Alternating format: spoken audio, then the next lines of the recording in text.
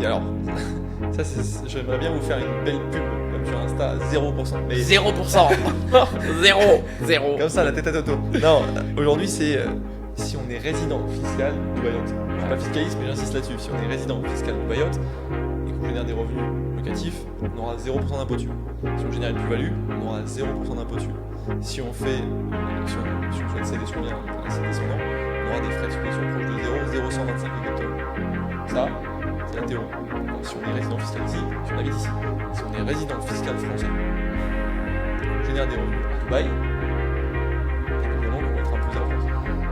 Et ça, c'est important de le rappeler, ça va faire augmenter votre taux marginal d'imposition sur la partie salaire de votre barème. Si vous êtes je sais pas, à 30 ou à 45, ça peut vous faire passer un fonds dessus.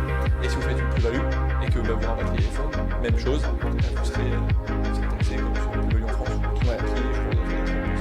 C'est ça. Au Donc Maroc, 0% oui, mais pas dans tous les cas. au Maroc, c'est pas 0%, mais après, il y a quand même des optimisations.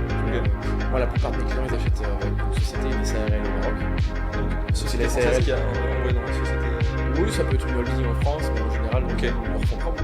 Et c'est une SARL qui va détenir le bien et l'exploiter. Très bien. Et en général, t'es à l'IS marocain. L'IS marocain, c'est